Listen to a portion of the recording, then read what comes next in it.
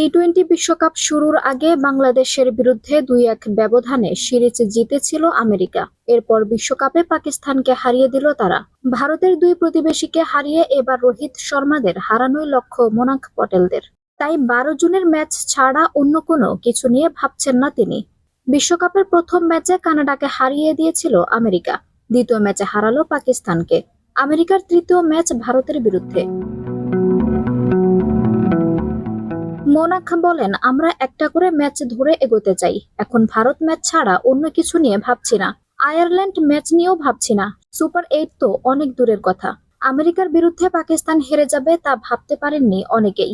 হয়তো আমেরিকার সমর্থকরাও ভাবেননি এই ম্যাচ তারা জিতবেন। কিন্তু সে অসম্ভবকেই সম্ভব করে দেখিয়েছেন মোনাঙ্কেরা।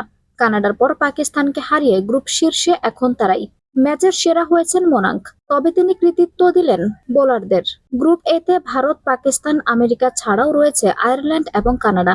আয়োজক দেশ হিসেবে সুযোগ পাওয়া আমেরিকা যে এই গ্রুপের শীর্ষে থাকতে পারে তা ভাবাই যায়নি। কিন্তু ২ ম্যাচের ৪ পয়েন্ট নিয়ে শীর্ষে এখন তারাই। আঞ্জুম হক, আরবি টাইম নিউজ ডেস্ক।